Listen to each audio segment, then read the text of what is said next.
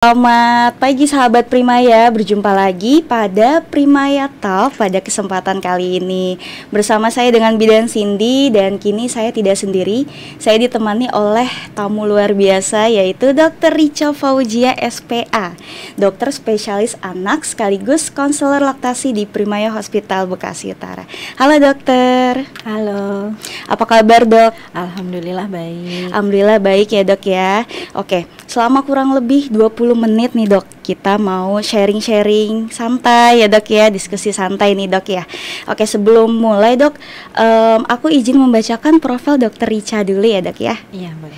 Oke, nama dokter Richa Fauzia SPA, tempat tanggal lahir Karawang 23 Agustus 1985, menempuh pendidikan spesialis ilmu kesehatan anak di FKUI Jakarta. Oke, sekarang dokter Richa praktik di Primaya Hospital Bekasi Utara ya dok ya? Iya betul. Oke, boleh dijelaskan dok jadwal dokter Richa kapan saja dok?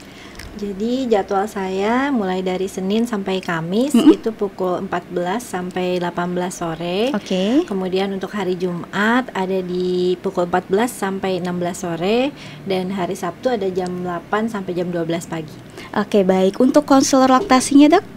Mengikuti jadwal yang Mengikuti jadwal. Jadi bisa langsung nih untuk sahabat Primaya yang ingin konsultasi, ingin periksa dengan dokter Richa, boleh datang langsung ke Primaya Hospital Bekasi Utara ya dok ya. Oke, dokter, tema kita kali ini sangat menarik nih dok, yaitu kapan harus konsultasi dengan konselor laktasi nih dok. Karena banyak sekali nih bunda-bunda yang masih bingung kapan sih aku harus konsultasi ASI aku ya dok ya. Oke, sebelum mulai boleh jelaskan kepada sahabat Primaya penjelasan mengenai ASI eksklusif itu seperti apa dok? Ya, jadi selamat pagi ya sahabat Primaya. Untuk ASI eksklusif sendiri yaitu air susu ibu yang diberikan sejak lahir sampai 6 bulan. Itu sesuai dengan rekomendasi IDAI. Kalau kita Ikatan Dokter Anak Indonesia, jadi yang diberikan hanya ASI saja, ASI tok, nggak ada tambahan air putih atau apa madu. Kadang-kadang suka ada yang dikasih pisang. Nah itu tidak termasuk ASI eksklusif. Jadi kalau ASI eksklusif itu hanya ASI saja. Oke. Dan untuk pemberian ASI eksklusif baiknya berapa, dari usia berapa sampai berapa dok? Dari sejak lahir ya, tentunya dari sejak lahir sampai 6 bulan karena per definisinya sampai 6 bulan. Jadi bayi baru lahir kalau di baik itu lahir normal, lahir sesar, mereka ada kalau bayinya bagus atau bayinya bugar, mereka perlu dilakukan IMD atau inisiasi menyusu dini. Jadi kontak kulit kulit ke kulit dari ibu sama bayi 24 jam pertama. IMD itu pada saat sejak lahir langsung gitu ya. Oke, jadi pemberian ASI eksklusif bisa diberikan setelah lahir sampai usia 6 bulan ya dok ya. Oke, untuk bunda yang ingin lanjut nih dok, ASI eksklusif boleh atau enggak dok? ASI eksklusif kan hanya untuk 6 bulan. Setelah 6 bulan itu kita didampingi dengan makanan pendamping ASI atau MPASI. Jadi ASInya tetap, MPASI ditambahkan. ASI tetap dilanjutkan sampai 2 tahun atau lebih kalau menurut WHO.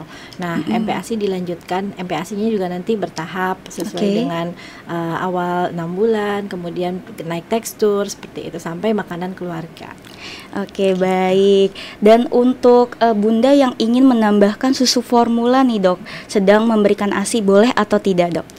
Jadi kalau misalkan ada indikasinya ya susu formula itu, tapi kalau misalkan awalnya sudah ASI-nya sudah cukup, saat itu tidak perlu ditambahkan susu formula. Misalkan kenaikan berat badannya baik, kemudian pertumbuhan dan perkembangan yang lainnya juga baik, sebenarnya belum perlu susu formula. Susu formula ada indikasi khusus, misalkan ibunya sakit berat gitu kan, tidak bisa mengeluarkan ASI, atau ibunya memiliki penyakit tertentu yang tidak bisa menyusui, atau ibunya sedang dalam pengobatan yang obat-obatnya itu bisa mengalir ke ASI, jadi itu tidak bisa diberikan ASI-nya seperti itu. Jadi memang ada indikasi khusus, atau memang kalau misalkan ya itu pertumbuhannya tidak tercapai, mungkin itu masih bisa ditambahkan. Oke, baik. Untuk bunda yang bertanya boleh nggak sih pakai susu formula nih?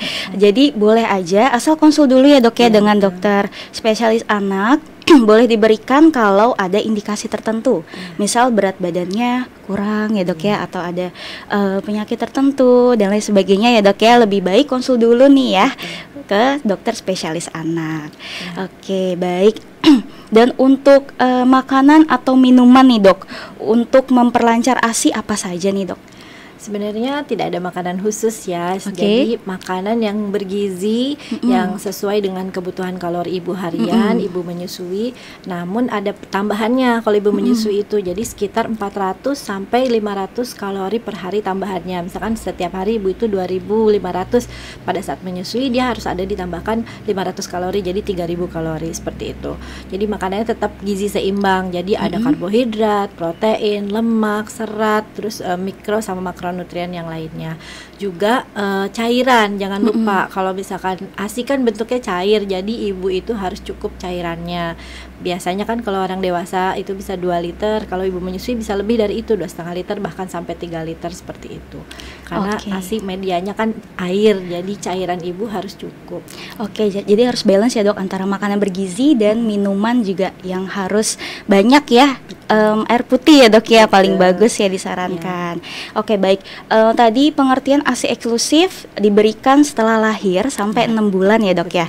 Dan untuk ibu bekerja nih dok, apakah tetap bisa memberikan ASI eksklusif dok? Iya, tentu saja bisa kan. Ibu-ibu sekarang ya banyak yang bekerja sambil dia perah ASI. ASInya diberikan kepada bayinya yang di rumah, seperti itu bisa. Jadi tetap ibu walaupun ibu bekerja tetap harus bisa memberikan ASI. Karena pada saat ibu kan bekerja ada cuti tuh. Nah pada saat cuti melahirkan biasanya 3 bulan ya. Untuk saat ini mudah-mudahan nanti kedepannya ada perubahan, katanya bisa jadi 6 bulan ya. Amin. Supaya sukses ASI eksklusif. Jadi pada saat 3 bulan itu ibu kontak dengan bayi diutamakan. Nanti sebentar lagi baru mau masuk, misalkan sebulan lagi atau 2 bulan lagi sebelum masuk baru mulai memerah ASInya gitu. Kalau misalkan dari awal sebaiknya sih tetap kontak ke bayinya langsung dulu, karena kan perlu attachment dulu ibu sama bayi, sama lagi belajar proses menyusui gitu kan. Jadi memang harus benar-benar attachment dari awal harus baik dulu gitu, jadi supaya lancar juga ASInya. Gitu. Baik, dan gak masalah ya dok ya untuk ibu bekerja tetap bisa memberikan ASI eksklusif.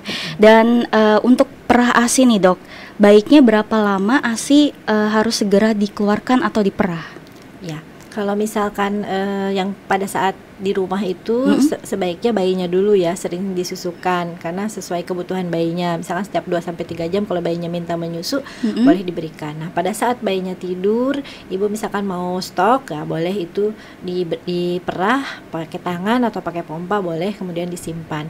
Kalau ibu terpisah sama bayinya juga tetap harus melakukan pengosongan payudara, karena untuk mempertahankan produksi ASI. Jadi kalau misalkan ibu bekerja 8 jam misalkan ya, pagi sebelum berangkat ibu kosongkan payudara dengan menyusui ke bayi. Nanti pada saat 3 jam kemudian pada saat waktu mungkin ambil waktu istirahat snack pagi, nah ibu bisa perah. Kemudian ada 1 kali lagi pada saat makan siang ibu bisa perah. Setelah itu pas begitu pulang sebaiknya menyusukan langsung lagi ke bayi. Jadi yang paling bagus sebenarnya DBF ya, direct breastfeeding ya. Luar biasa penjelasannya dok ya. Untuk penyimpanan ASI nih dok, kira-kira bisa di mana nih dok, dan untuk suhu berapa derajat kalau mau disimpan ASInya? Ya, jadi kalau ASI yang baru diperah, ASI segar itu kalau di suhu ruangannya harus dingin ya, di bawah 25 derajat itu katanya bisa sampai 6 jam. Tapi kalau sudah dihangatkan hanya bisa 1 jam. Nah kalau misalkan di cool bag, bagnya itu harus ada suhunya ya, 4-15 derajat itu suhunya. Kalau misalkan suhunya lebih dari itu ya tidak bisa lama-lama. Kalau dengan suhu optimal seperti itu dia bisa 24 jam. Kemudian kalau di kulkas biasa 4 derajat itu kalau misalkan dia kulkas chiller ya, bukan freezer, itu bisa 3 hari sampai 5 hari. Kemudian kalau freezer yang 1 pintu, maksudnya kulkasnya 1 pintu, pas dibuka ada freezer dengan ada chiller. Nah itu hanya sampai 2 minggu, jadi nggak bisa lama-lama. Kalau yang kulkas 1 pintu, karena kan sering dibuka untuk makanan, sayuran, minuman gitu. Jadi itu cuma 2 minggu. Tapi kalau misalkan freezernya terpisah, ada 2 pintu tuh, di atas pintu freezer, di bawah pintu chiller. Nah, itu lebih awet lagi, bisa 2 sampai 6 bulan. Ya, tapi tetap dilihat-lihat lagi, nggak usah lama-lama ya. Mama-mama ya, bunda-bunda, kalau misalkan mau naruh ASI kan sesuai dengan kebutuhan bayinya aja. Kalau lama-lama nanti mau bazir juga kebuang kalau sampai terlalu lama. Terus ada lagi yang freezer yang bukaan atas kayak tempat es krim tuh. Nah, itu lebih lama lagi, bisa 6 sampai 12 bulan. Tapi untuk apa ya? Jangan lama-lama. Jadi kalau bisa ASI segar untuk bayinya. Jadi ASI yang diperah hari ini langsung diberikan.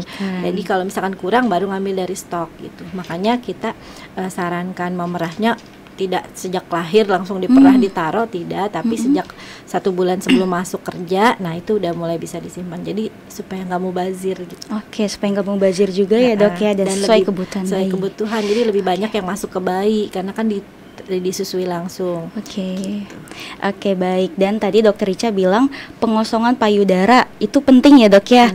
Nah, untuk payudara yang jarang dikosongkan nih dok, kira-kira bahaya atau enggak?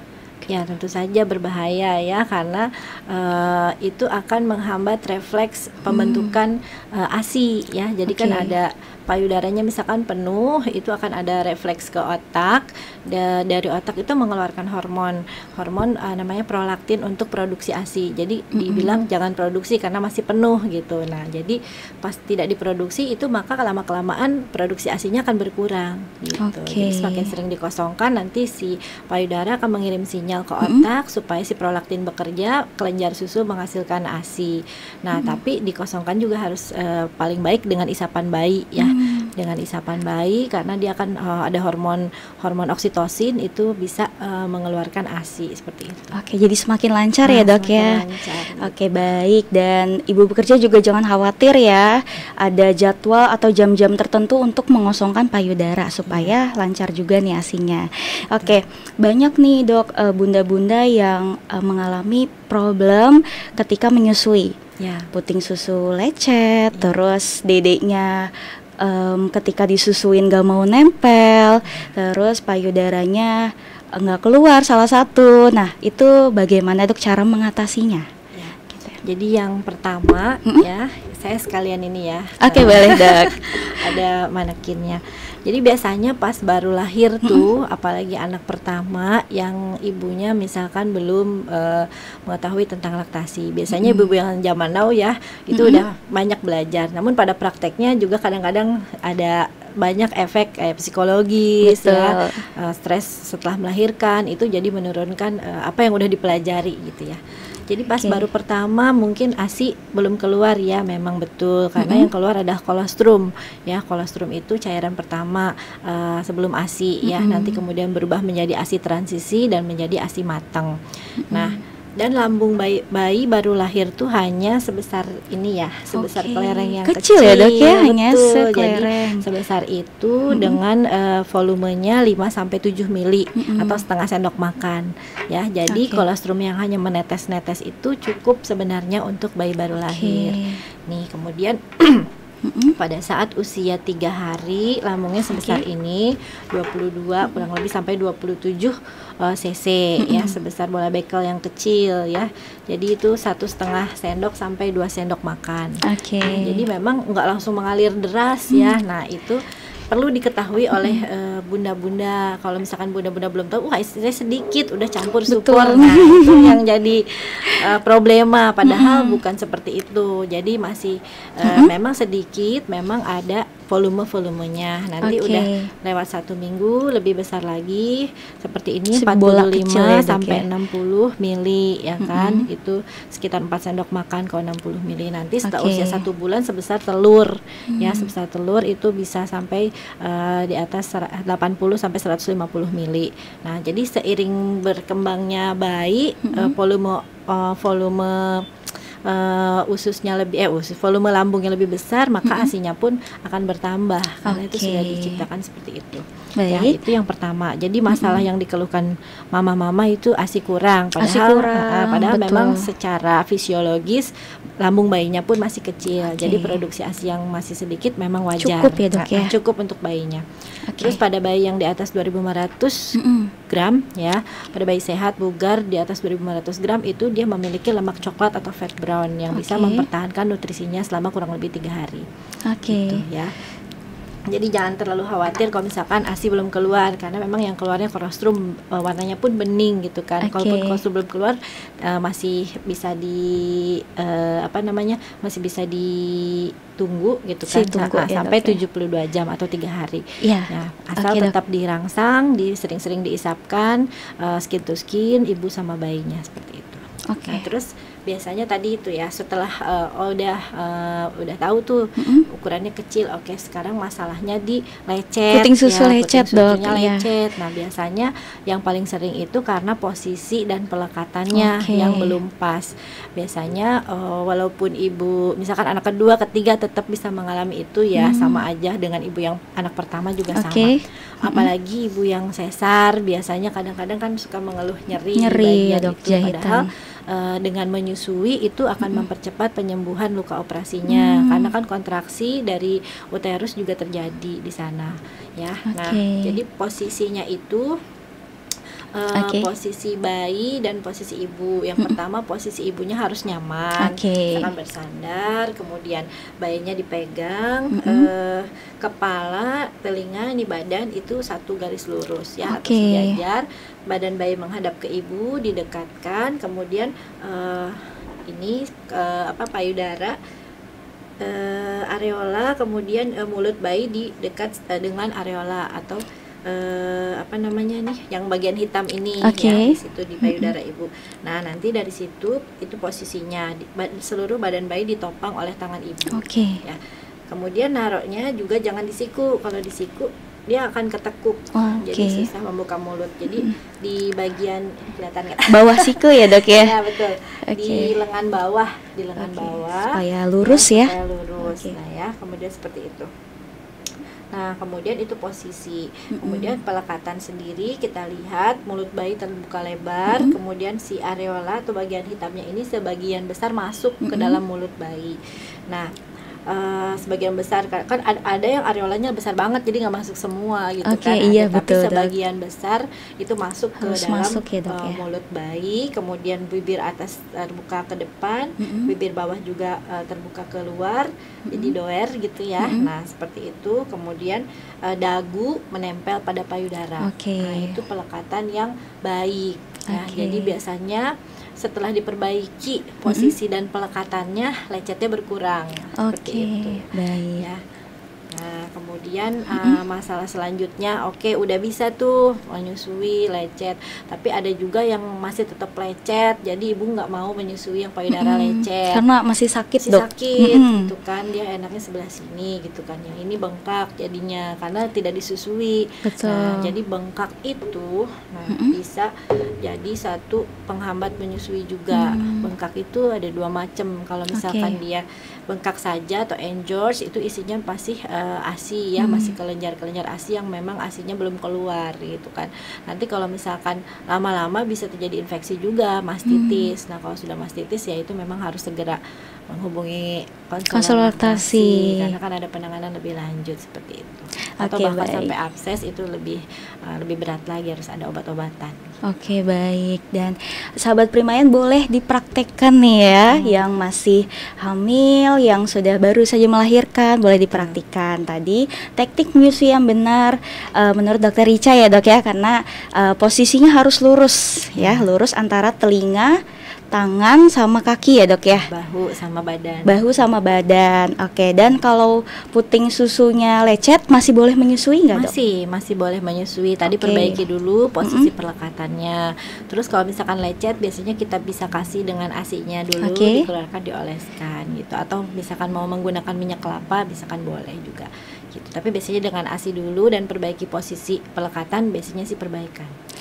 Jadi kalau bunda ada masalah di puting susu lecet, diperbaiki teknik menyusui dulu ya, dok ya, diperbaiki. Kalau misalnya masih lecet, masih boleh untuk menyusui ya, dok ya. Boleh untuk menyusui dan boleh konsul. Ke konselor laktasi. Baik. Dan kalau misalnya tadi dokter menyinggung masalah mastitis, abses, nah itu cara mengatasinya bagaimana, dok?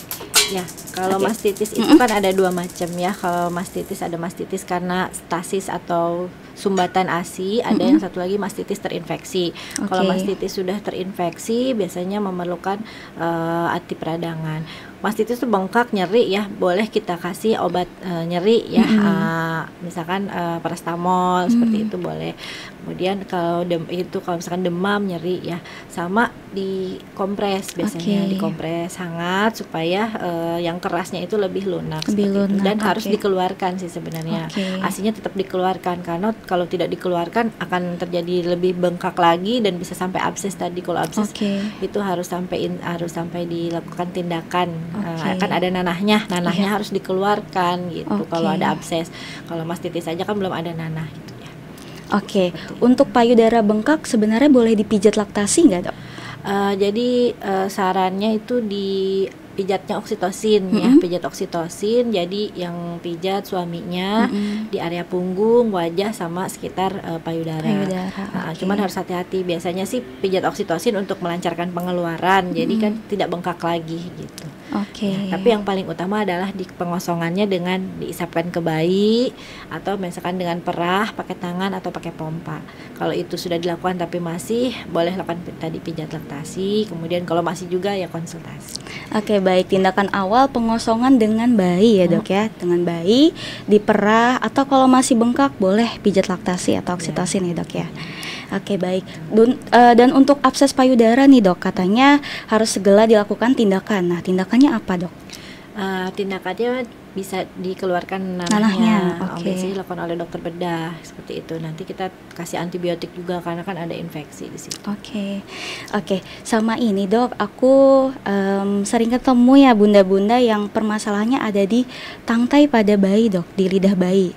Nah, itu bagaimana, Dok, cara mengatasinya? Jadi tangkai sama lip tie itu memang sisa jaringan sejak embrio atau pembentukan bayi. Oke. Dia itu ada terjadi sekitar di bawah 10% ya, 10% pada bayi baru lahir. Dan tidak semuanya menjadi masalah. Jadi hanya sekitar 20% yang ada menjadi masalah menyusui. Nah, yang menjadi masalah menyusui pun dilakukan lagi, dilihat kondisinya, diperbaiki posisi pelekatannya. Kalau misalkan sudah baik, tidak bermasalah lagi, ya sudah, tidak dilakukan tindakan apa-apa. Tapi kalau misalkan masih ada bermasalah, kemudian jadi mengganggu salah satu ibunya atau bayinya atau bahkan keduanya, nanti kita di poli ada skor, ada Hasselbecker, kita scoring. Kalau misalkan skornya mencukupi, mungkin kita akan rujuk untuk dilakukan tindakan. Oke, baik. Sebenarnya nggak masalah ya, Dok ya, tangkai atau lip tie masih boleh menyusui ya, Dok ya? Boleh. Cuma dilihat tadi ada setelah posisi pelekatannya baik, kemudian pertumbuhannya juga naiknya bagus, kuningnya berkurang biasa. Oke, dan menyusuinya mau atau tidak gitu ya, Dok ya? Tidak, ibunya jadi lecet atau tidak, seperti itu. Oke, baik. Wah, luar biasa penjelasannya ya. Oke, untuk bunda yang kira-kira setelah bayi baru lahir kok bayinya menyusuinya nggak mau ya, boleh konsultasi dengan konselor laktasi ya. Bagaimana, apakah memang dari payudaranya atau dari kondisi mulut bayinya ya, Dok ya? Oke, baik, dan jangan khawatir, masih boleh menyusui. Nanti dinilai sama dokter Richa ya, dokter konselor laktasi, skornya bagaimana, apakah masih aman atau perlu dilakukan tindakan ya, Dok ya. Oke, baik, terima kasih, Dok. Oke, dan untuk pernah dengar juga nih, Dok, permasalahan dari bunda-bunda ketika menyusui putingnya ada darahnya nih, Dok. Ya, biasanya karena lecet ya, karena lecet jadi ada darahnya, asinya warnanya pink, itu masih boleh tetap menyusui. Oke, masih boleh ya, Dok ya. Kalau misalkan lecetnya sudah parah, ya itu tadi konsul, nanti kita kasih terapi khusus, misalkan dikasih salep. Oke, boleh ya, Dok ya. Jadi dikasih obat. Kalau memang masih parah, konsultasi langsung dikasih obat ya, Dok ya. Oke, baik. Untuk tips and trick nih, Dok, untuk sahabat Primayan, untuk bunda-bunda agar menyusuinya lancar dan ASI eksklusifnya bisa terpenuhi selama 6 bulan, apa nih, Dok? Ya, jadi Yang pertama dari ibunya dulu ya, Oke. karena kan ibu yang memberikan ASI-nya. Jadi selain nutrisi ibu tercukupi, cairan ibu tercukupi, ada psikologi ibu juga harus tenang gitu. Oke. Kalau ibunya cemas, gelisah, takut ini takut itu, nah itu juga bisa mempengaruhi ASI-nya gitu. Oke. Padahal sebenarnya kelenjar ASI-nya cukup, produksi ASI-nya baik gitu. Kadang-kadang pengeluarannya yang tidak optimal. Oke. Jadi selain fisik juga psikologis ibu harus diperhatikan. Yang pertama itu, yang kedua kondisi bayinya. Kalau bayinya sehat, Oke. insya Allah sih bisa. Kemudian posisi atau teknik menyusuinya, posisi perlekatannya, kemudian juga support system dari keluarga. Dari keluarga. Betul. Jadi kalau misalkan Oke. ibunya nih udah keke pengen menyusui, bayinya juga oke menyusuinya, tapi kadang-kadang ada bisik-bisik tetangga. Itu Oke. tuh gitu kan. Itu apa namanya, bayinya rewel nangis mulu Iya, gitu ASI-nya kan. dikit ASI-nya kali dikit. ya, Nah, gitu ya, Dok, kadang-kadang ya. seperti itu. Jadi bisik-bisik tetangga, baik itu dari keluarga atau tetangga beneran, itu juga harus diperhatikan. Oke. Jadi terutama si ibu dan bayi itu harus mendapat support full dari suami, karena kan suami itu yang pendamping ibu ya. Jadi suami itu harus teredukasi juga tentang laktasi. Kadang-kadang bapak-bapak tuh ya yang menyusui mah urusan ibu-ibu lah gitu, nggak mau tahu, saya mah cari nafkah aja gitu kan, ibu yang menyusuinya. Tapi bapak-bapak itu juga perlu, jadi perlu datang pada saat ke konselor laktasi. Oke. Nah, kapan aja sih ketemu konselor laktasi? Kalau menurut WHO itu ada 7 plus kontak Oke. laktasi ya. Jadi bukan pas udah lahiran pas ada masalah, Oke. tapi dari saat hamil, pada saat yang kontak laktasi pertama itu 28 minggu atau 7 bulan ya. Oke. Itu yang pertama. Yang kedua 36 minggu mendekati masa persalinan, jadi harus udah teredukasi. Dan kalau bisa si bapak itu diajak setiap kontrol ke laktasi itu, Oke. bapaknya juga diajak. Terus yang ketiga pada saat lahir atau inisiasi menyusu dini, nah itu kontak laktasi. Kemudian yang keempat itu pada saat lahirkan. Jadi hari pertama kan divisit tuh sama dokternya, hari pertama, hari kedua, dan hari ketiga kalau dirawat. Kalau misalkan spontan kan 1 hari ya. Boleh sama dokternya kalau lahir di bidan sama bidannya. Jadi Oke. bidan juga pasti udah banyak belajar tentang laktasi ya. Itu jadi kontak keempat. Kemudian kontak kelima kontrol 1 minggu atau 7 hari, usia bayi 7 hari. Gimana nih di rumah pengalaman menyusui selama 7 hari? Udah mulai lecet-lecet tuh. Udah mulai kuning tuh bayinya. Oke, begadang nggak ya gitu ya, Dok Begadang ya? nggak seperti itu, pipisnya gimana gitu kan. Nah, terus itu kontak yang kelima. Kemudian yang keenam 28 hari atau 1 bulan sama 39 hari atau 40 hari ya. Nah, terus setelah itu 14 hari, sorry. Yang keenam tuh 14 hari setelah 2 minggu, sama yang terakhir 39 hari atau menuju Oke. masa nipas berakhir ya, hampir 40 hari. Nah, itu 7 kontak. Plusnya itu plus kapan aja. Jadi Oke. maksudnya pada saat 3 minggu dia ada keluhan boleh datang segera. Boleh, Jadi oke. plus 7 kontak plus laktasi. Oke, baik. Jadi kalau mau Bunda mau konsul dengan konsultasi, jangan nunggu ada masalah dulu ya, Dok ya. Sedini mungkin saat usia hamil 7 bulan boleh, 7 bulan ke atas boleh ya, Dok ya. Iya betul. Jadi supaya lancar nanti menyusuinya Oke. gitu. Jadi harus dari awal sudah mengetahui tentang laktasi. Oke, baik. Dan jangan lupa bahwa keluarga, terutama Suami. support dari suami penting ya, Dok ya. Oke, baik. Pernah dengar juga nih, Dok, dari Bunda yang masih hamil nih, Dok. Mbak, boleh nggak sih minum ASI booster saat aku hamil supaya nanti ASInya lancar? Nah, itu boleh nggak, Dok? Sebenarnya ASI booster itu yaitu proses pembentukan ASI kan dari pengosongan. Jadi semakin sering dikosongkan akan semakin Lancar ya, Dok? lancar atau banyak diproduksi. Jadi ASI booster sebenarnya masih kontroversi. Oke, jadi jangan khawatir ya, Dok ya, ketika hamil, melahirkan itu masih bisa ditunggu sampai 72 jam atau 3 hari ya, Dok ya. Karena lambung bayi masih kecil ya, Dok ya, sekelereng. Oke, jadi sebenarnya ASI booster itu harus yang bermerek atau memang dari makanan juga bisa nih, Dok? Bisa, makanan kesukaan ibu biasanya itu jadi ASI booster. Ya, yang Oke. penting makanannya bergizi, tidak mengandung zat-zat yang membahayakan, biasanya itu boleh aja. Oke, jadi ASI booster bukan harus yang bermerek ya, Dok ya. Iya. Makanan kesukaan bisa, atau nonton drama Korea juga Bisa, termasuk ASI booster ya, Dok ya. minum jus buah bisa, Minum minum jus susu buah. bisa, tergantung ibunya sukanya makan apa atau Oke. minum apa. Belanja-belanja termasuk Belanja, ya, Dok check ya. out Shopee. Termasuk ASI booster ya, Dok Iya, ya. termasuk ASI booster. Wah, menarik sekali nih. Dan untuk sahabat Primaya yang ingin konsultasi dengan Dokter Richa, boleh langsung saja datang ke Primaya Hospital Bekasi Utara ya dok ya. Oke, nggak berasa ya dok ya, kita sudah di penghujung akhir nih dok. Ya. Oke, boleh beri kesimpulan nih dok untuk sahabat Primaya supaya ASI eksklusifnya sukses dok. Ya, jadi kesimpulannya ASI kan yang makanan terbaik untuk bayi baru lahir ya, ASI eksklusif sampai usia 6 bulan karena nutrisinya itu paling lengkap ya, nggak ada yang lebih lengkap dari ASI, mulai dari karbohidratnya sesuai dengan takarannya, kemudian juga proteinnya, lemaknya, mikro dan makronutriennya juga cukup, semua ada di ASI. Dan yang tidak dimiliki oleh susu lain di ASI itu ada antibodi atau kekebalan tubuh yang diturunkan dari ibu ke bayi. Gitu. ASI itu spesifik untuk spesiesnya, misalnya ASI paus dia banyak lemaknya karena untuk melindungi si paus di laut supaya tidak kedinginan. Nah, untuk ASI manusia juga spesifik untuk spesies manusia. Jadi ASI, karena ASI adalah makanan yang terbaik, jadi sebaiknya tetap berikan ASI terutama ASI eksklusif ya, kalau bisa melanjutkan sampai 2 tahun lebih baik lagi. Yang kedua harus ada niat dari ibunya dan juga support dari keluarganya supaya tercapai ASI eksklusif itu. Jadi pendukung suami dan misalkan kakek neneknya, om tantenya yang semua tinggal sama ibu, kalau bisa diajak atau diedukasi laktasi juga supaya nanti mendukung pada saat proses ibu menyusui selama ASI eksklusif, baik itu dilanjutkan sampai 2 tahun. Seperti itu. Dan juga ibu mempelajari atau mengetahui dan juga konsultasi jika diperlukan dengan konselor laktasi supaya tidak bingung ketika terjadi masalah.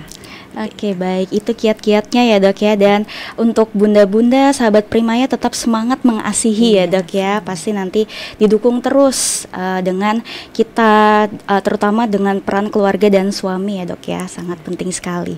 Oke, terima kasih ya dok ya, sharing-sharing kita di sini, ngobrol-ngobrol, diskusi santai ya dok ya. Semoga kita bisa bertemu lagi di Primaya Talk selanjutnya. Oke, dan terima kasih untuk sahabat Primaya yang sudah menonton. Semoga nanti kita bisa bertemu lagi di Primaya Talk selanjutnya. Oke, selamat pagi. Selamat pagi.